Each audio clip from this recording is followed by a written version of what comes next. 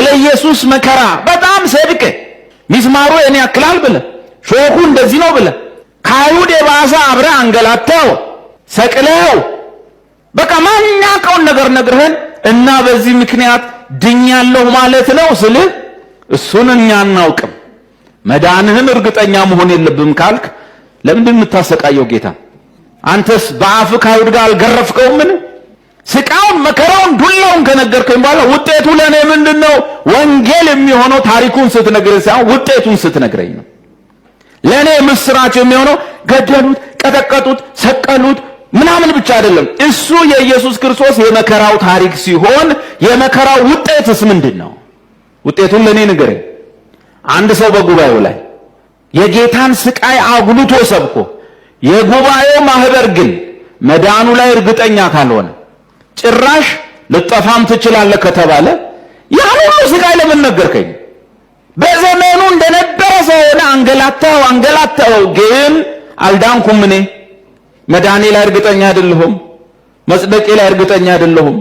እና ታዲያ ለምንድን ነው ይሄን ሁሉ ዱላና መከራ የምትነግረኝ? መዳኑን የማያቀዝ ቢዘህ መጽደቁን ያላረጋገጠ ማህበር ይዘህ የኢየሱስን ስቃይ ማብዛት ምን ያደርጋል? እዚህ ጋር አይደለም የበሱት፣ እጁን እዚህ ጋር ነው የበሱት። ፊዚዮሎጂካሊ በጣም በሕክምና ነርቭን ምናምን የቆረጡት ባይዘው። የመስቀል ሞት መስቀል ላይ መሰቃየት ብቻ እንዳይመስላችሁ፣ ባዮሎጂካሊ አንዳንዱ ነገር እዚህ ጋር ማውራት አንችልም። አንዳንዱን ጉዳይ መስቀል ላይ የሚሰቀል ሰው ምንም ነገር መሆን አይችልም ባይዘው።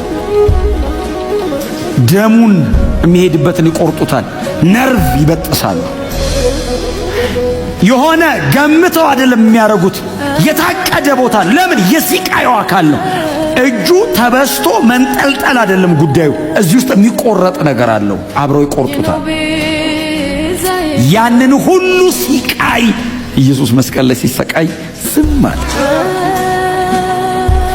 አልበቃ ብሏቸው ጎኑን በጦር ወጉት። ዮሐንስ ነበር አይደል እንደዚህ ብሏል። ጎኑን ሲወጉት የወጣውን አይቶ ዮሐንስ ብቻ ነው ያየው የጻፈው። ደምና ውሃ ወጣ ከጎኑ።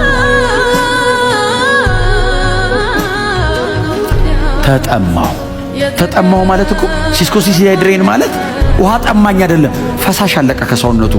ቆዳው አጥንቱ ላይ ተለጠፈ። ምንም ፈሳሽ ሰውነቱ ውስጥ የለም፣ ሙልጫ። እዛ ደረቅ እንጨት ላይ የኢየሱስ ደም ፈሰሰ። እንጨቱ በኢየሱስ ደም ራሰ። የዓለምን ሁሉ ኃጢአት የሚያስወግድ የእግዚአብሔር በግ